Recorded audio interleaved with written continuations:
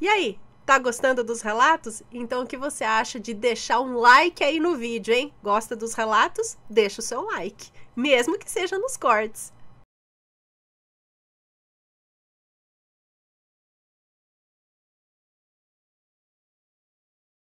Casa Antiga é o nome do relato.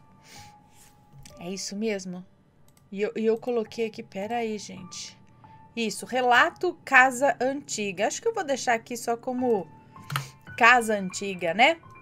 Então, vamos... me lembrou uma pizzaria que a gente comia em Santo André. Mas vamos lá. Oi, Ana, me chamo fulana e por indicação de uma amiga conheci o seu canal. Tenho um relato assombrado que vivi quando tinha 16 anos e resolvi vir aqui contar para vocês. Desde que me entendo por gente e que aprendi a falar, eu lembro de ter vivido experiências com o sobrenatural e sempre relatei à minha família essas coisas, principalmente a minha mãe e a avó, que são médiums e sempre acreditaram em mim. Em 2014, eu ia começar o ensino médio. Eu ia começar o ensino médio e minha mãe achou melhor se mudar. Nos mudarmos para uma casa mais próximo do meu colégio, inclusive colégio católico e com a prática constante nas aulas e convivência, inclusive é um colégio católico com prática constante nas aulas e convivência com as freiras. Bom, apesar da minha família ser evangélica e ter convivido com o catolicismo durante 8 anos que eu estudei nesse colégio, eu sou ateia. Mas nunca duvidei do mundo espiritual e depois do que vivi, não teria como. Em 2016, no ano em que estava no 3º ano, fiz o meu mapa astral em um site e recebi algumas revelações. E uma delas é que eu iria receber uma herança de família. E eu achei que fosse dinheiro! Nunca imaginei que pudesse ser a minha mediunidade que iria aflorar mais ainda. A casa que estávamos morando era grande e bem antiga, apenas a 2 ruas do meu colégio, e desde que eu pisei lá, eu nunca senti paz. Sempre que eu me mudava, eu fazia questão de pedir para minha mãe perguntar à imobiliária se ali já havia falecido alguém. E sei que algumas vezes ela me enganava e dizia que não, apenas para que eu não me assustasse. Mas dessa vez foi diferente. Quando me instalei de fato no quarto, comecei a sentir que alguém me observava. Passei a não sentir fome, eu não conseguia dormir, eu estava sempre cansada, mas foi com os 2 anos já morando lá que tudo piorou. Nos primeiros 6 meses de 2016, tudo que relatei piorou num nível que eu não conseguia mais estar lá dentro sem que tivesse fortes crises de ansiedade, chorar descontroladamente e ter a sensação de que alguém me olhava da porta do meu banheiro. Porém, não contei nada para minha mãe porque para ela tudo sempre era a falta de Deus. E também cogitei que poderia ser o estresse da rotina de estudos para o Enem. Nessa mesma época, tinha um amigo que estudava bruxaria e que tinha também uma certa mediunidade. Foi quando resolvi comentar com ele sobre as sensações que eu tinha ao entrar em casa. E ele me contou que tinha receio de me falar, mas que há meses ele via uma sombra muito grande atrás de mim, mas que nem sempre me acompanhava. O medo tomou conta de mim e foi o que o alimentou. Semanas depois, não passei a me sentir apática apenas dentro de casa. Para todos os lugares que eu ia, eu sentia um peso, como se me puxasse para baixo. Eu queria me ver como se aquilo quisesse me ver no chão. E meu amigo passou a ver essa sombra, agora me acompanhando sempre. Passei a ter fortes dores de cabeça, não havia nada que me fizesse dormir, então minha mãe procurou um neurologista que me passou uma medicação. Quando comecei a tomar, acabava ficando dopada e quando dormia era bombardeada de pesadelos.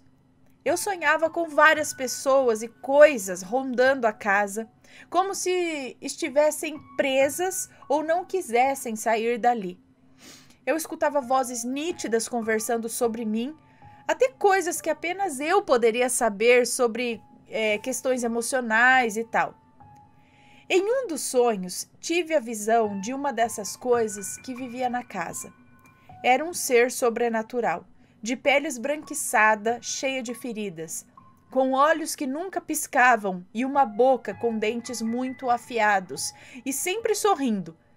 Ele vivia em cima da porta da cozinha e ficava de quatro, como um animal, como se estivesse esperando para atacar. Por conta da medicação, eu não consegui acordar.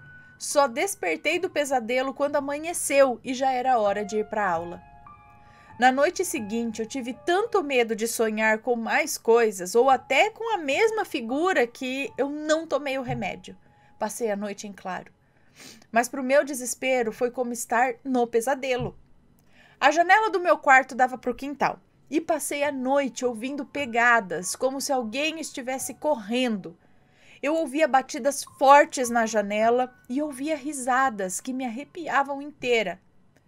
Toda vez que eu tentava fechar os olhos, eu via a imagem daquele ser que morava na porta da cozinha, ou sentia que eu estava sendo observada de muito perto ali dentro.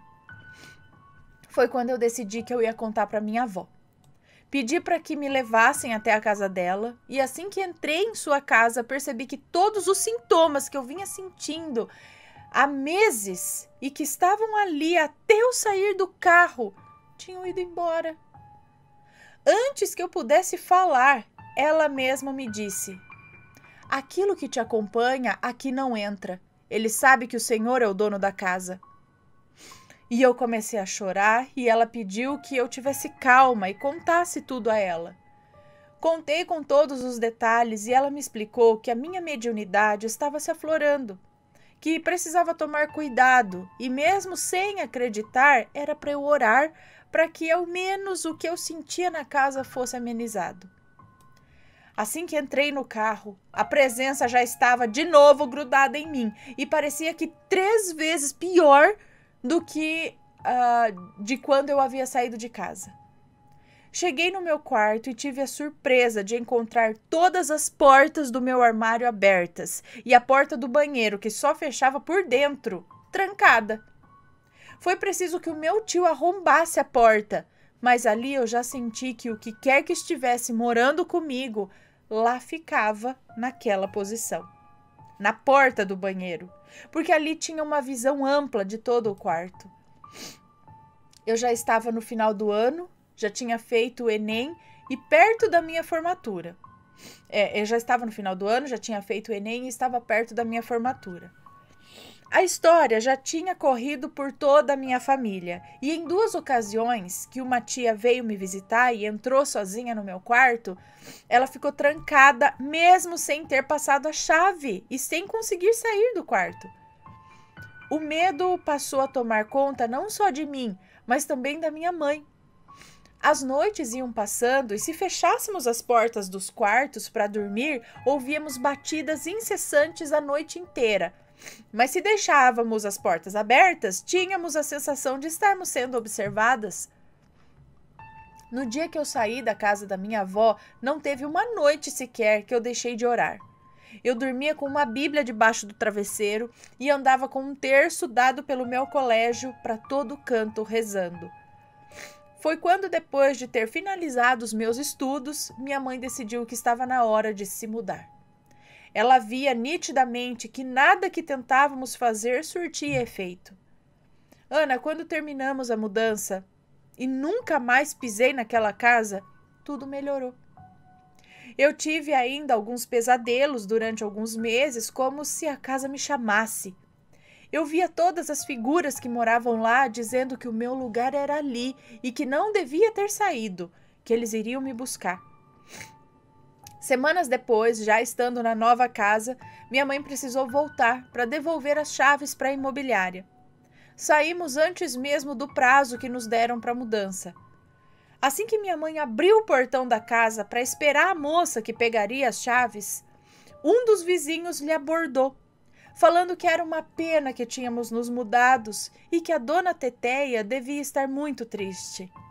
Por um momento, a minha mãe estranhou a fala dele e perguntou como sabia o meu apelido de infância, Teteia, e que se ele estava falando de mim, que eu estava muito feliz na casa nova, né? Ele ficou assustado e, na verdade, disse que ele se referia à primeira dona da casa, que havia falecido ali dentro e que sempre teve um carinho muito grande pelo local. E que antes de falecer, pediu que as filhas cuidassem muito bem da casa e não alugassem para ninguém, mas que elas não haviam cumprido o desejo da mãe. Por ele ser um morador muito antigo, havia conhecido a dona Teteia. E foi aí que minha mãe perguntou se ele já teria entrado ali na casa, naquela época que a senhora morava ali. E ele prontamente disse que sim. E foi entrando na casa e apontando como eram os cômodos lá e tudo mais. E assim que ele entrou na área, perto dos quartos, foi logo entrando no que eu ficava e foi dizendo: "Ah, era nesse quarto que ela dormia. Sempre foi o cômodo preferido da casa." E foi logo apontando para onde os móveis dela ficavam. Não sei se por coincidência ou por fatores espirituais, mas os meus móveis ficavam na mesma posição, até a cama. Minha mãe passou a ficar cada vez mais assustada e foi saindo da casa para esperar a moça que pegaria as chaves na calçada mesmo. E o vizinho foi acompanhando e dizendo: a dona Teteia era espírita, sabe? Gostava da casa cheia e sempre fazia sessões aqui. Inclusive, toda a vida que eu entro aqui, eu tenho a impressão de que ela nunca foi embora. O apego que ela tinha pela casa era grande demais. Quando minha mãe chegou em casa, me contou tudo. E foi ali que eu tive a certeza de que tudo que vivi estava além do espiritual. Como disse, quando passei a morar em outra casa, tudo aquilo que eu vivi na casa da dona Teteia ficou lá. Até hoje não tenho explicação para tantas coincidências e nem o que de fato todas elas possam ser. Só sei que eu vivi durante os 3 anos que eu morei lá. Só sei que vivi, né, essas coisas durante os 3 anos que morei lá. As recordações que tenho desse tempo são ruins. A sensação que tenho ao relembrar é como se realmente ainda morasse naquela casa e, se fecho os olhos, consigo ver nitidamente aquele ser que morava na porta da cozinha. E é isso, Ana, sou muito fã do seu canal e, mesmo que não conte o meu relato em vídeo, só de poder compartilhar com você e com o Matheus, que tem tanta experiência, eu me sinto leve. Obrigada pela atenção. Um beijo para você, muito obrigada. Cá estamos lendo, sim, o seu relato. Primeira coincidência, os nomes serem os mesmos, né? E depois... mas aí eu fiquei pensando, por que esses bichos tão feios assim? Se a senhora ela tinha até uma consciência espiritual, por que fica tão apegada à casa? E ela gostou ou ela não gostou? Será que vocês entraram ou saíram da casa? Por que atormentava tanto? Era só ela ou tinha mais coisas ali? Ela fazia sessões na casa dela? Será que durante essas sessões ela acabou chamando outros espíritos ou abrindo um portal lá, que era onde você via essas coisas? Ou será que ela, devido ao extremo apego, se tornou um daqueles seres que você via feios lá? Sei lá. Gente, deixem as suas opiniões. Espero que tenham gostado. Um grande beijo, a gente se vê. Me conta, gostou do relato? Então o que você acha de deixar um comentário aqui embaixo, sempre com respeito, por favor. Além do like, é claro.